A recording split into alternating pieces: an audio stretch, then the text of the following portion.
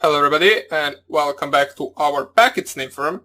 And in the previous video we performed the analyzing of our IP header, and what we want to do right now is check for our TCP_UDP variable whether it contains TCP or whether it contains UDP. So what we did right here, as you can see from the actual previous videos, we actually changed the IP bool or checked the IP bool.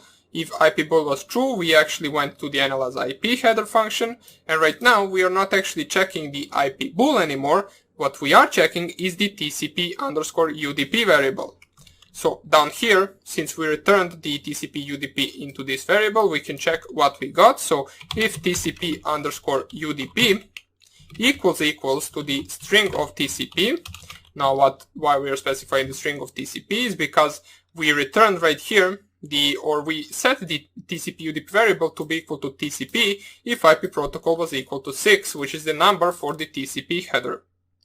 And right here, all we want to do is check whether it is TCP. If it is, we want to process or proceed to returning the data_receive to be equal to the function analyze _TCP_header from that data, so from data_receive. Else if TCP_UDP will be equal to actual UDP, we want to proceed with the data receive to be equal to analyze _UDP_header from the same data receive. Now we know that this data receive actually returned the data stripped from the IP header, so all we will be left to have is the TCP or the UDP header in our case.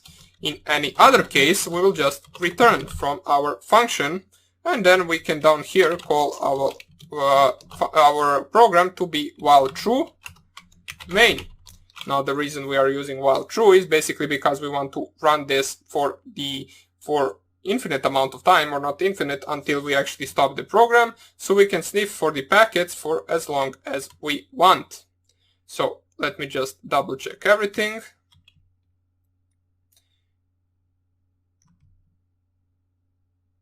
Okay, everything should be good to go. Let us actually check our program if it is running right now. Let us put everything under the hash. Let's see if we can run the program, if our main function is good. So we will perform this, then we will go right back. And let us see if we can run the program right now. I'm not really sure, but we can give it a try just to see what we will get. So we run the sniff packets. We can see there is invalid syntax. Okay. Let us see where the invalid syntax is. Okay, so we are missing the 2 dots at the main function, so make sure to specify that right here. Save it once again. And we can see that we get printed the Ethernet header and the IP header. We can see everything is printed in the good format. We get the destination MAC address, the source MAC address, the protocol number, the version, the source IP, destination IP, we get everything. And once a new packet arrives right here, we should be printing the new packet as well. But I can't seem to actually see a new packet arriving. Let us try to refresh this page, for example, and we can see we are getting a bunch of new packets right here. So everything is good to go. We can see everything is changing. Our program works really well for now on. Now what we want to continue is what we started, which is the TCP/UDP header, so nano sniff packets.py. And let's make a first function which it can be the actual, for example, TCP function. So we can code the TCP header first, since that will be a bigger header. It has more fields than the UDP. So let's do it first. Def analyze _TCP_header, and in that function we paste the argument data_receive. We don't forget to add the 2 dots. And right now what we can do is actually perform the same task as the IP and Ethernet header. So we want to strip from all the fields, and we want to first unpack the actual header. So TCP_header equals struct.unpack, and what the pattern for this will be is something like this. So 2h 2i for h. Now I'll show you why in just a second. So what we will do is we will actually try to find the same picture for the TCP header that we actually had for the IP header in order to see how many size or what size do certain fields take and how many of them are there. Now what we want to strip from is actually strip from the data underscore receive the 20 size, so the same as in the IP header. And you can see that the first new thing that we have right here is the I variable, or not variable, the I letter right here, which basically stands for the actual full length. So let us put this as a smaller window. Let us enlarge it like this, and we are not really interested in the list of protocols. We don't want the TCP header structure. What we want, or pardon me, the IP, what we want is TCP header structure. And we can open the any actual picture that we might get. So here is one of them. We can see the actual available fields for the TCP header format. So the first of all, we will have the TCP, the source port and destination port, which if you are familiar with the previous header, you will know that both of these will take actual 2 spots, or basically an entire element in our TCP header list, since the first 2 letters that are specified are the 2H, and 1H will each represent one field right here. So the first H will represent the source port, and the second H will represent the destination port. Now this I variable right here, as you can see, there is 2I. They represent the full length, as I said, so you can see that the sequence number and the acknowledgement number are actually the full length. So we will store both of them in the I, or we will extract them by the I, and we will store them in some variable that we will name later on. And then further on we have the 4H, so what we will have to do is these 3 parts right here we will have to split into 1H. The window will take an entire first H, the checksum will take an entire third H, and the urge pointer will take an entire fourth H. And these options right here we are not actually concerned about. So that is how we split the TCP header. So let us actually continue with, first of all, the source port and the actual destination port. So we unpacked our TCP header. Source underscore port takes an entire actual element, so TCP underscore header. And then the first element, the same we want to do for the destination port, equals TCP underscore header.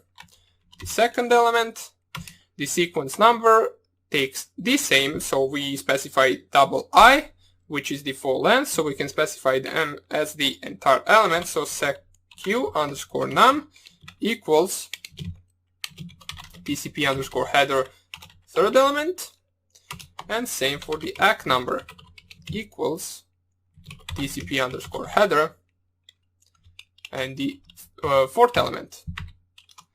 Now you will see that the next thing we have is another H, so these are the 3 fields that we need to split into that H. These are just some flags, and these are basically the actual offset and the reserved. So what we will do is we will actually perform the same logical expressions as before in order to split them up. First of all is the actual data underscore offset equals TCP underscore header. The fifth element, header, fifth, not P. Why do I continue typing P? Okay, so 4. And then what we want to do is actually move that or shift that with the 12 bits. The next one is the reserved. Let me see if it really is reserved. It should be, I believe. Reserved. Okay, so it is reserved. We will just call it just like that. Equals, and since that one is the middle, we need to perform actual multiple logical expressions or shifting parts. The header, the fifth element, we need to shift it 6 bits. And then what we need to do is end it to the actual, where is okay, so here it is, 0x03ff. So after that, we are left with one more, which will be the flags, which we will need to actually split all of them one by one. But for now, let us just add the flags variable to be equal. So flags equal TCP header And since that is the last element, all we have to do is end it with the 0x003f. After that, everything is good to go, and we only need to separate these fields into each element one by one. So we have 3 left, so let us finish them. Window is the next, equals TCP underscore header, 7th element, or pardon me, we are not there yet, so 5th element or 6th element, and then the checksum, which we also had in the IP header, will be equal to TCP underscore header, 7th element right now. And we are left with the urge underscore pointer, or let me just check it out. Okay, so urgent pointer equals TCP underscore header, and then the last one, which is the 8th element. And we extract the data. Data equals data underscore receive from the 20 to the end. Okay, so everything is good to go. And now you might notice that actually this header right here has some weird spot right here, as you can see.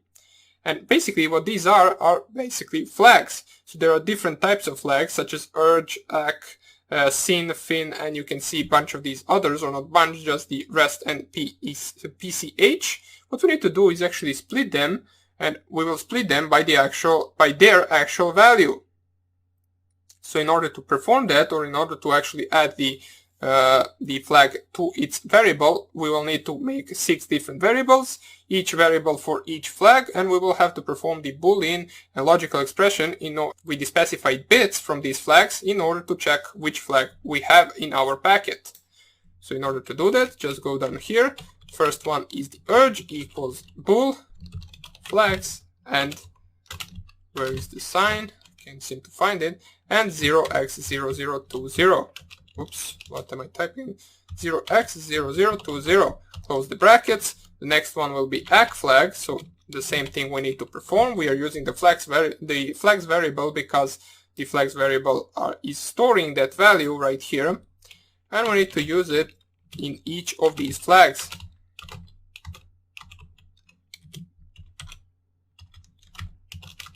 Once again, I can't seem to actually type. Close the brackets. PCH is the next one. Let me just check it out. Okay, so PCH really is the next one. So flags 0x0008. 3 more left. And then we are good to go, and we can print everything and continue to the UDP packet in the next lecture.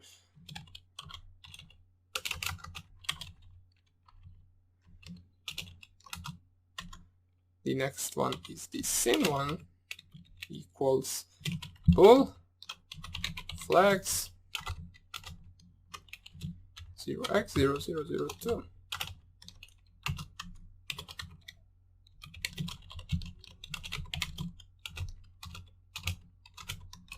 And after we finish actually all of this, including the UDP header, we will be having a full packet sniffer, which will split each field of the packet that we receive. So this is not really something useful for hacking, as I said before, but it is good to actually test your knowledge, not test your knowledge, but to learn new things and to learn more in depth about packets and their headers. As we can see now, we know that the packet can contain Ethernet header, which can have attached the IP header to it, and then further on, which can have attached the TCP or UDP header. And then we also split all of those headers into different fields, so we know what fields does which header have. It is something useful to know. You never know when you might need something like that. And all we want to do is, in the next video, we want to actually print all of this that we typed right here, and we want to do some actual expressions in order to finish the analyzing the UDP header, which will be smaller than the TCP header, so don't worry. After that, we will test our program to see if it will work, and if it does work, we can continue to the next section where we will code our reverse shell, which will be multifunctioning reverse shell. And then we will code after that the threaded server, which will accept multiple connections. Right after we code the actual server, which will accept only one connection. And then we can actually see how we can make our own command and control center, which can take the input or the connection from multiple PCs, and we can interact with all of those PCs as we like. So that would be about it for this tutorial. Hope you enjoyed it, and I hope I see you in the next one. Bye!